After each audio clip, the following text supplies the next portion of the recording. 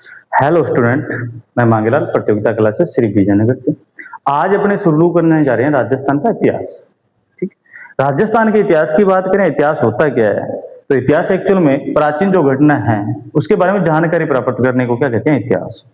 इतिहास को, राजस्थान के इतिहास को तीन भागों में बांटा जाता है। एक तो प्राचीन इतिहास, दूसरा राजस्थान का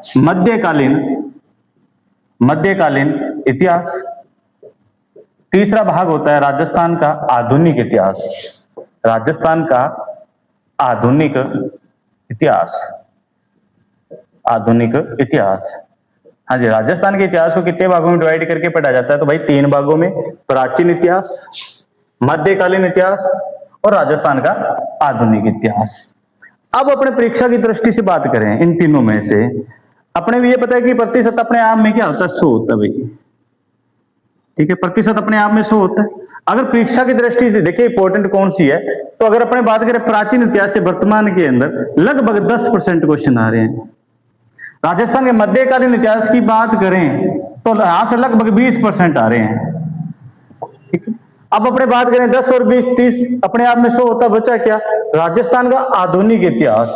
राजस्थान के आधुनिक इतिहास से वर्तमान के अंदर 70%, लगभग 70% क्वेश्चन अपने को देखने को मिलते हैं। दूसरी बात, यहाँ अपने प्राचीन इतिहास में बहुत सी बातें देखने को पड़ेगी, राजस्थान के मध्यकालीन इतिहास में बहुत सी चीजें देखनी पड़ेगी, राजा महाराजा देखने पड़ेंगे, तब जाके अपने 20% डाटा कवर होता है। यहाँ सिर्फ अगर अपने ढंग से 10 टॉपिक भी निकाल लें तो राजस्थान का आधुनिक इतिहास मतलब इतिहास का 70% बंदे का कवर हो जाता है। ठीक है, अगर अपने बात करें राजस्थान के प्राचीन इतिहास में क्या क्या है, राजस्थान के प्राचीन इतिहास में क्या क्या है, सबसे पहले अपने को देखना होता है प्रागैतिहासिक ऐतिहासिक काल। क्या देखना पड़ेगा? प्रागैतिहासिक ऐतिहासिक काल। ये भी प्रागैतिहासिक ऐतिहासिक काल को भी आगे कुछ भागों में बांटा जाता है। जैसे अपने बात करें प्रागैतिहासिक ऐतिहासिक काल को कितने भागों में बांटा जाता है, तो नंबर 1 पे आता है पूरा पाषाण काल, पूरा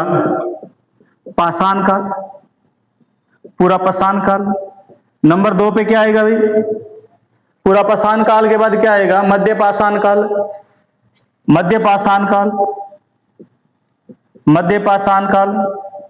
नंबर 3 पे क्या आएगा? नव पाषाण काल।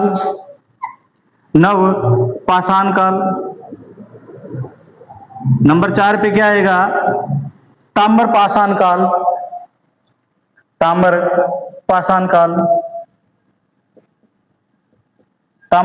काल। ये सारे के सारे अपने कहां पढ़ना पड़ता है? प्राचीन इतिहास में। इसके अलावा भी अपने देखें तो लगभग सारी की सारी सभ्यता, राजस्थान की जितनी भी सभ्यता कहां आएगी? प्राचीन इतिहास में आएगी भाई। सभ्यता, जैसे बात करें राजस्थान में प्रमुख सभ्यता है कौन सी सभ्यता? सभ्यता से तात्पर्य है, जैसे अपने बात करें कालीबंगा सभ्यता, आहर सभ्यता, जैसे अपने बात करें सोंथी सभ्यता इत्यादि। ठीक है, सारी सभ्यता कहां आ जाएगी? सारी प्राचीन इतिहास में आ जाएगी भाई। फिर अपने बात करें सभ्यता के अलावा और क्या आएगा, तो यहां अपने को देखना पड़ता है वैदिक काल। यहां अपने को क्या देखना पड़ता है?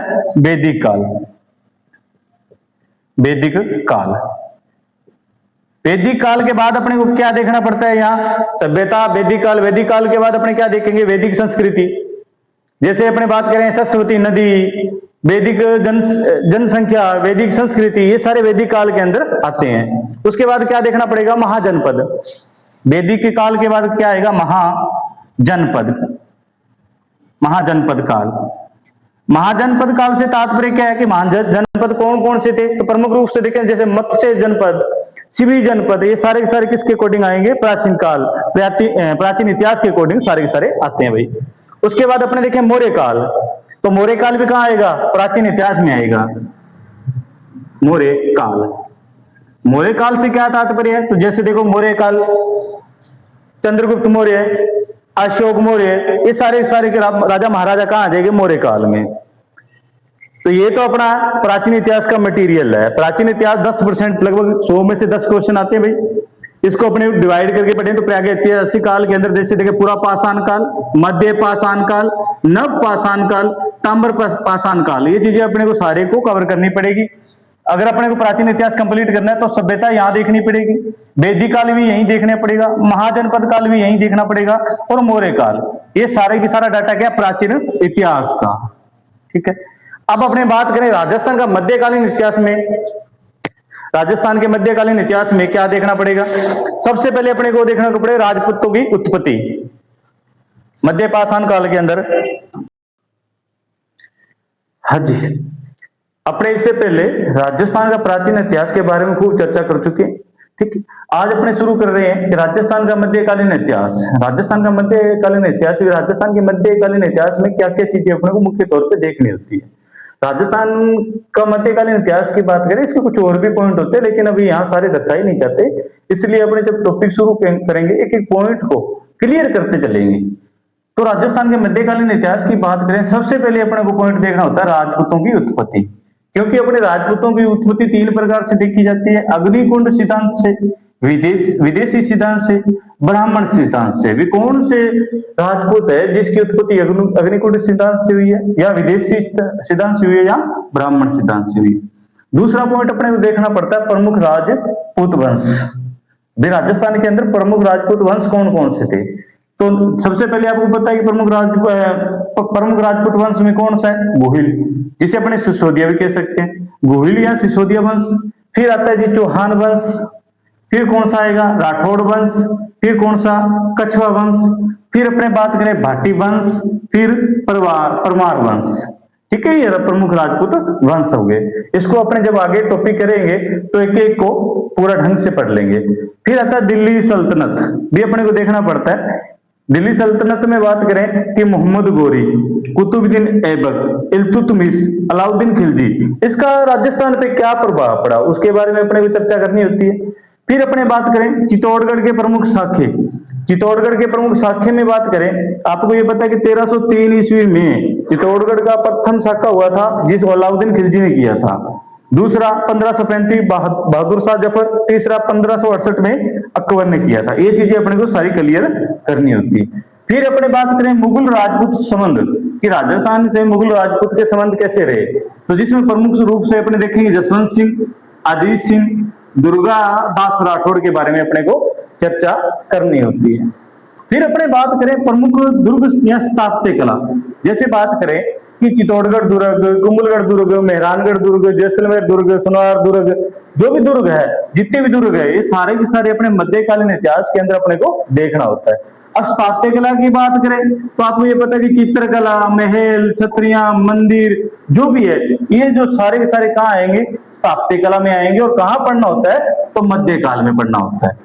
फिर अपने बात करें मध्यकालीन समाज व संस्कृति, मध्यकालीन समाज संस्कृति में अपने को क्या क्या पॉइंट मुख्य तौर पे देखने होते हैं, भक्ति आंदोलन, सूफी आंदोलन, संत परंपरा। संत परंपरा से मतलब क्या है, जैसे दादू दयाल जी, मीराबाई, रामदेव जी इत्यादि इत्यादि। ये सारे के सारे पॉइंट अपने को मध्यकालीन इतिहास के अंदर देखने होते हैं। ठीक है, अपने जो भी पॉइंट है, इसको एक एक पॉइंट को अपने को जब शुरू करेंगे, जैसे गोहिल वंश शुरू किया तो गोहिल वंश को पूरा जो वर्तमान के आधुनिक के अकॉर्डिंग जो पेपर में क्वेश्चन आ रहे हैं उसको पूरा खोल के पढ़ेंगे भाई। ओके ओके, हाँ जी, अपने राजस्थान के इतिहास की बात चल रही थी।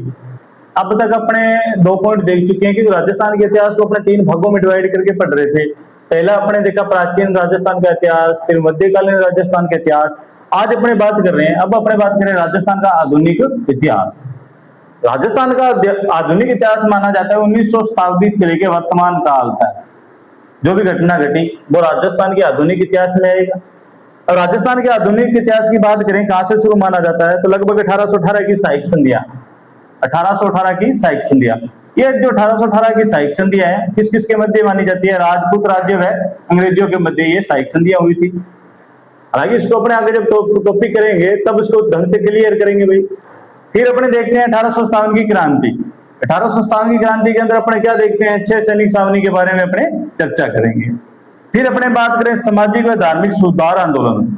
सामाजिक व धार्मिक सुधार आंदोलन से क्या है तात्पर्य है कि जैसे आर्य समाज, दयानंद सरस्वती, ठीक है, शिक्षा का विकास, ये सारे के सारे सामाजिक एवं धार्मिक सुधार आंदोलन के अंतर्गत अपने को देखना होता है। और किस इतिहास का हिस्सा है, आधुनिक इतिहास का। फिर अपने देखे जैसे बिजोलिया किसान आंदोलन, सॉरी किसान आंदोलन, किसान आंदोलन देखेंगे अपने बिजोलिया किसान आंदोलन, बेंगू, बूंदी, अलवर, मारवाड़, बहुत से आंदोलन आते हैं, वो सारे के सारे आंदोलन अपने टॉपिक वाइज क्लियर करेंगे। हाँ, एक ध्यान रखना, राजस्थान का प्रथम किसान आंदोलन बिजोलिया नहीं माना जाता। क्यों नहीं माना जाता? क्योंकि 1880 के अंदर जाट या राष्ट्रीय किसान आंदोलन हुआ था, वो राजस्थान का प्रथम किसान आंदोलन है, उसमें आगे अपने चर्चा करेंगे। फिर देखो जनजाति किसान आंदोलन, जनजाति किसान आंदोलन में मेर जनजाति से देखेंगे, भील जनजाति, मीणा जनजाति के आंदोलन अपने चर्चा करेंगे। प्रजामंडल, फिर अपने टॉपिक देखेंगे एकीकरण, फिर अपने बात करें राजस्थान के प्रमुख स्वतंत्रता सेनानी के बारे में, अपने को राजस्थान के आधुनिक इतिहास में देखना होता है। जैसे बात करें अर्जुलाल सेठी, केसरी सिंह बारठ, ये सारे के सारे क्या है? स्वतंत्रता सेनानी है। राष्ट्रीय आंदोलन में राजस्थान की भूमिका, राष्ट्रीय जो आंदोलन हुए उसमें राजस्थान की क्या भूमिका रही, वो अपने को पॉइंट सारे सारे क्लियर करने होते हैं।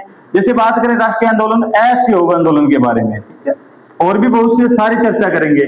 महिलाओं का योगदान, महिलाओं का योगदान राष्ट्रीय आंदोलन में क्या क्या रहा। जैसे अपने बात करें अंजना चौधरी, अंजना चौधरी की अपने बात करें, ये किसकी वाइफ थी? अंजना चौधरी किसकी वाइफ थी? ये कमेंट में बताना। अंजना चौधरी आंदोलन में जाने वाली पर जेल में जाने वाली प्रथम महिला है अंजना चौधरी भी, ठीक है। प्रमुख समाचार पत्र के बारे में चर्चा करेंगे, जैसे राजस्थान केसरी, तरुण राजस्थान इत्यादि वगैरह। आधुनिक शिक्षा और संस्था, जैसे वनस्थली विद्यापीठ के बारे में सारा का सारा पॉइंट अपने आधुनिक इतिहास में क्लियर करना होता है। आधुनिक इतिहास से ही अपने को पॉइंट क्लियर करने होते हैं। हाँ, वर्तमान में चर्चा करें तो लगभग 60% आधुनिक इतिहास से ही क्वेश्चन आ रहे हैं अभी, ठीक है। इसको अपने एक एक पॉइंट को, एक एक टॉपिक को पूरा तोड़ मरोड़ के पढ़ेंगे। धन्यवाद।